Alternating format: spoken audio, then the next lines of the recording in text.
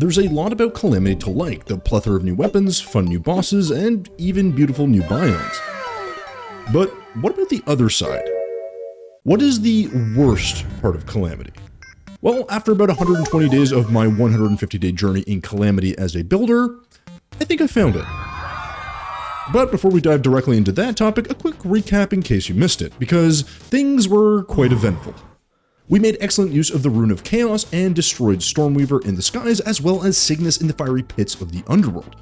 And it all culminated in the most challenging fight we've had so far, in the Devourer of Gods, who also met his match to my superior skills, allegedly. And of course, after all these wonderful accomplishments, we had to take a minute to celebrate. So after making some pretty good progress and partying hard, you'd think that this would mean we might take a few minutes to rest and recover, but ain't nobody got time for that. And this means that we're immediately rolling into our next challenge with this, the Blessed Phoenix Egg. Now, if you look closely at the boss list and then back at the egg, you'll see that it summons Yaron, the Dragon of Rebirth, and he is going to prove to be the hardest boss in Calamity I've ever fought, and the worst experience I've ever had. Yes, this innocent oval-shaped item is, unbeknownst to me, going to be the root cause of my problems. I'm sure cracking this open will go perfectly fine. It did not. Basically, as you can see, Yaron is an orange bullet hell, and as a guy that mostly builds stuff, I am not exactly great at these things.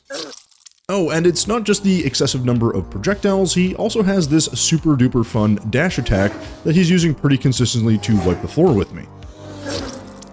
And to add insult to injury, his hits also inflict some sort of burn debuff, so you take damage over time. Fun times all around. Anyways, I stubbornly kept trying to fight him, but this was quickly turning into the DOG fight all over again. I needed to take a step back and actually reassess. I definitely felt like he was faster than me, and maybe that my damage could be improved ever so slightly. But honestly, I wasn't seeing much of a window to actually increase my movement speed or my damage. Sure, there's items that look pretty good, but I was still not actually able to access the materials required to actually craft them. So naturally, I did what anyone would do. I gave up almost immediately, teleported back over, and tried again.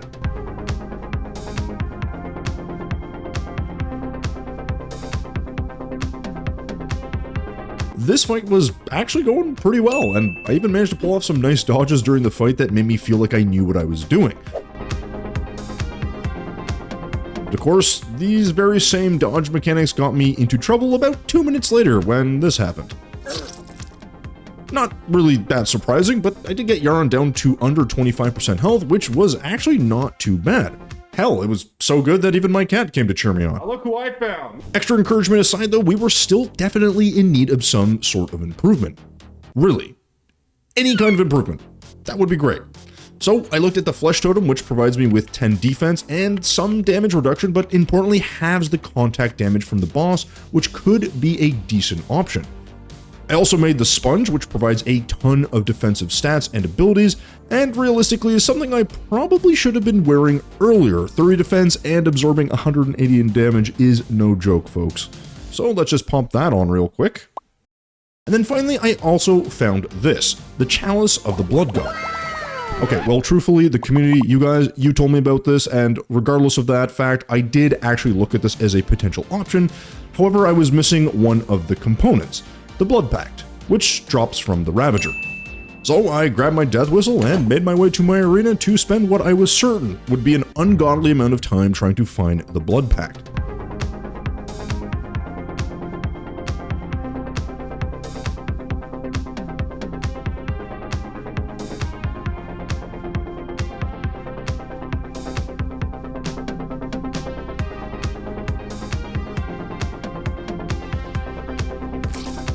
Now, at this stage in the game, unsurprisingly, this wasn't much of a fight, as I've made it far beyond the meager powers of this once formidable boss.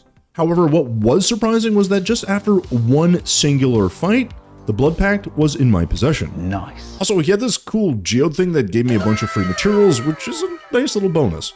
So with the Blood Pact in hand, I went ahead and made my chalice, and then got distracted by what is the most satisfying feeling one can experience in Terraria. And then I got back to the task at hand, refocused myself, and swapped out some of my old items for some of these newer ones. And from there was really, again, only one thing to do. Head back to our arena and take on Yaron once again. Except I burned to death and didn't get him under 50%. Needless to say, I immediately tried again, and while the fight started okay, I made a few key mistakes, like dodging directly into one of his attacks, and then quickly found myself with the same results as before. I was dead, and Yaron remained above 50% health. Not exactly the results I was hoping for, but maybe if I just... Nope. Or what if I just... Also no. Right. Clearly, I'm gonna need some help here.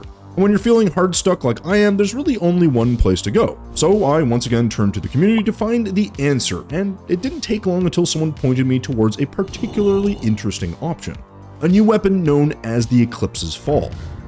Now, unlike our current weapon, the Executioner's Blade, Eclipse's Fall doesn't have homing projectiles. The jump in damage, however, is going to be substantial, assuming we can actually land any hits. So fundamentally, we are going to be trading accuracy for damage. So armed with this newer and pointier weapon, I found myself in front of Yaron once again. The fight started pretty much like all the others. Pretty well. Now, while I was missing a ton of shots, the shots that were landing were doing significant amounts of damage. Soon his health was below 80%, then under 70, and just a few minutes later, he was under 50%. The fight was on. I was getting better with his attack patterns and landing my shots. This was it. This was the run we were looking for. We were in the zone, and Yaron's defeat was all but guaranteed.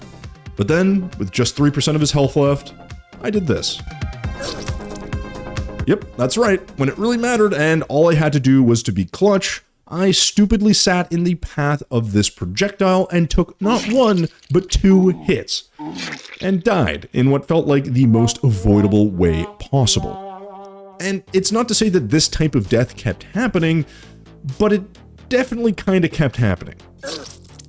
I would start off strong, timing my dodges and avoiding unnecessary damage, and maintain a strong health pool. But then as I whittled him down and Yaron approached 30% health and entered a new phase, I would slowly take a hit or two, then a few more, and then a few more.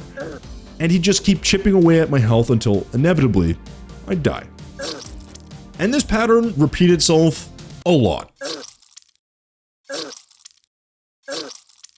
It wasn't just getting bad, it was getting miserable. After so many defeats in such similar ways, I knew something had to change. But it couldn't just be something small, it had to be something drastic. Something so big it would shake the earth and the heavens alike. And then, I found it. This was the holy item of which legends had foretold. Okay, but seriously, the humble asphalt platform was all I could think of that might give me the edge. The asphalt would vastly improve my movement speed, one of the main problems I was having, and might generally just help me avoid some of the damage. I've said it before. A lot of times, simply improving or expanding your arena can make a painful boss fight just a little bit easier. So I got to completely overhauling my arena, one single piece at a time.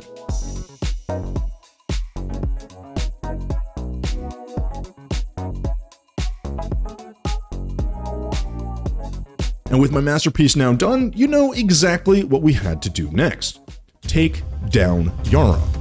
Instead, however, I did so poorly that I just gave up even trying. Okay, I'm just gonna let him kill me. I'm doing so bad. Yeah, the attempt was literally so bad that I basically just AFK'd and took the loss. Now you might be thinking, the arena was clearly a failure, but believe it or not, this was not the arena's fault. It was just one of those attempts where we played like total crap. So I collected myself and tried again, and very quickly we were looking a lot better. Granted, I took a few unnecessary hits, but I got my composure back, dodged a good number of projectiles, and was doing pretty good damage.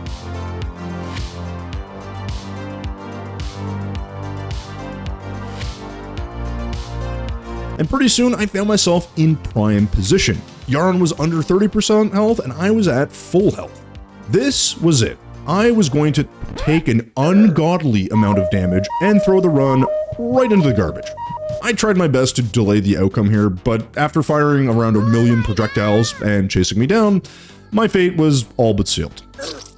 I was at a loss. Yaron was starting to seem insurmountable. Every time I got him under 30% health and into those last phases, he would just totally overwhelm me. Dejected, I took some time to gather myself. I mindlessly strip mined small planetoids in space, went to the dungeon to farm some gold and some materials, and I even made not one but 2 new weapons, the Hypothermia and the Penumbra. And I did all of these things in an attempt to just kind of feel like I was doing something. I even gave these weapons a test run on Yaron, but I got to about the same place I always do, getting him under 30% before once again being defeated. And ultimately, I felt stumped. But then I realized something. My mindless strip mining from earlier had given me a new opportunity, and with it, a potential path to victory. By removing the planetoids completely, I had gained a very obvious advantage: height. My arena now had more headroom, and I was going to use it. So I took a bit more time to completely remove a few more planetoids before taking on Yaron once again. But this time, things were going to be different.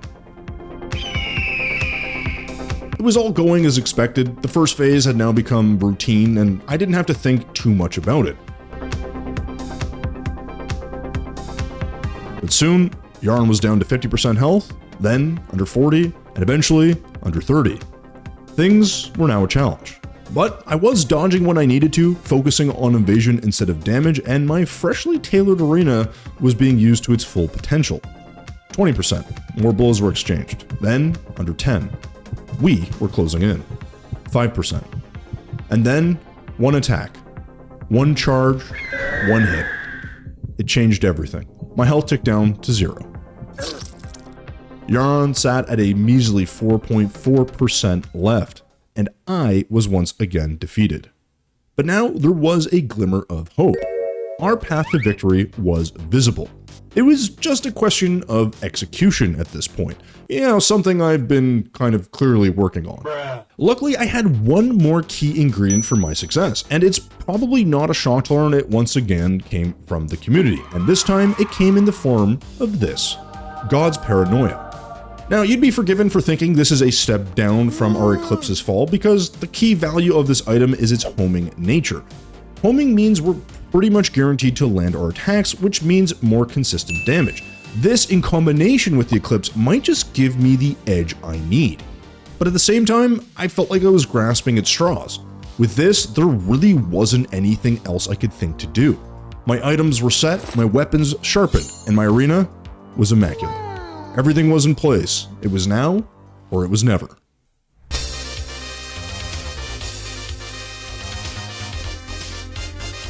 The first phase was a total cakewalk, which after so many attempts on Yaron was pretty much no surprise. It didn't take long to get him down to 50% health, and then a few seconds later, 40%, and finally, 30%. The bullet hell was in full effect now, and I had to lock in.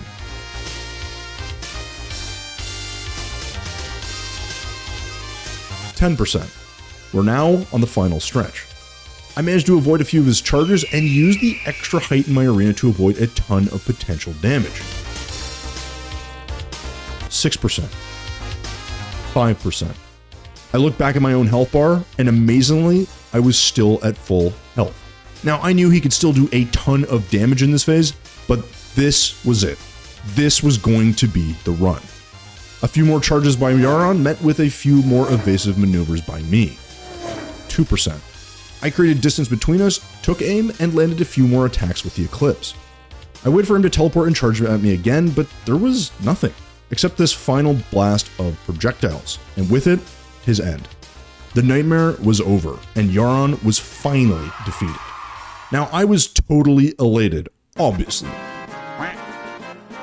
But I did make my way back home to take a closer look at whatever loot might have made its way into my possession. These wings were definitely of interest, and the chicken cannon was just kind of funny. But the main prize here were Yaron's soul fragments. They were crucial for my next step in the journey, unlocking auric bars, and undoubtedly another powerful set of armor to propel me forward in this journey.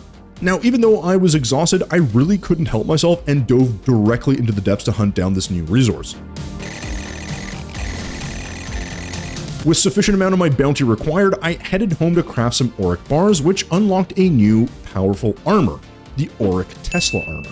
This set not only put me up to 260 defense, but had some insane bonuses for Rogue, which I knew would absolutely come in handy. Oh, and speaking of hands, I also found something new for my hands to do, holding this new top-end Rogue weapon, the Seraphim. And just look at this thing. It's absolutely crazy, and if you don't believe me, I even decided to do a quick little test run on it on the Devourer of Gods. You know, just for funsies. And in just a couple of minutes, I made total mincemeat out of him. That's just how far we'd come in a short amount of time. But all these attempts, all the failures, all the struggle, well, they'd finally taken their toll. It was a huge accomplishment to finally take down Yaron, who's been clearly the hardest boss in Calamity so far, and easily the worst experience I've had in Calamity so far as well. And even more exciting was the prospect of using our newfound powers to take out whatever enemies stood in our way. But of course, that adventure would have to wait until the next time.